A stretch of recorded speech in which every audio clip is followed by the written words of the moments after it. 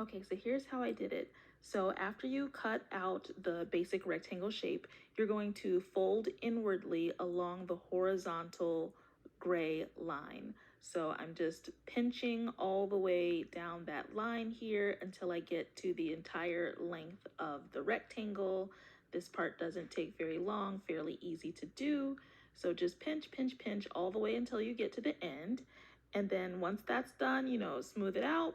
Then you can unfold and then start with the vertical lines. So there's a longer vertical line at the bottom and you're matching that up with the short vertical line at the top. I did it that way so that you don't have this vertical line all the way down the bag in your design, but so you can still match them up.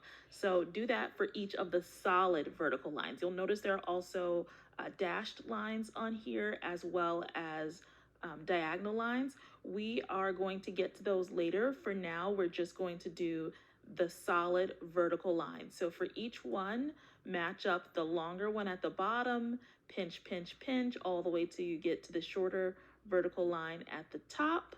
Keep going. There should be one of these left. So same process, fold over like this so that you still see the design on the outside, and then pinch all the way until you get to the top.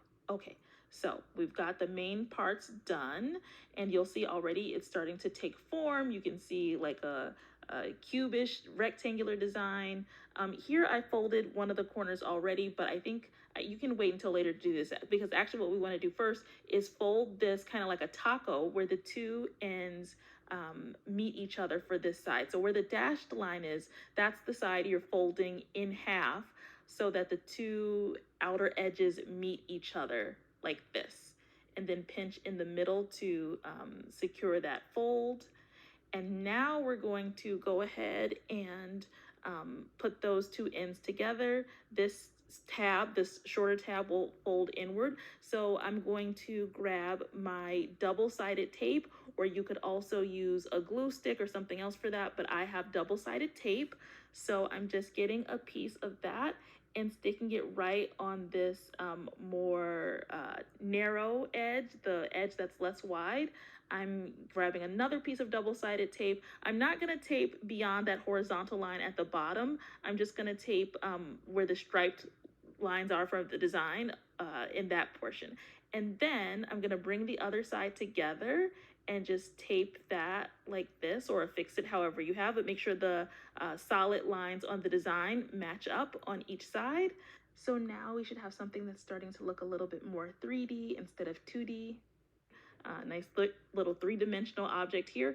And now I'm going to fold on the diagonal lines. I guess I should have tucked the other tabs in first. Maybe that would be easier, but either way, you'll still come out with something that looks good. So the squarish tab, the rectangular tab, is gonna go inward, and we want to fold along the triangular ones almost like we're wrapping a present. You know how when you wrap a present, you have those triangular edges? That's what the bottom of this is going to look like by the time you fold along the dotted diagonal lines. And so now we have that, and then we're going to fold them over on top of each other.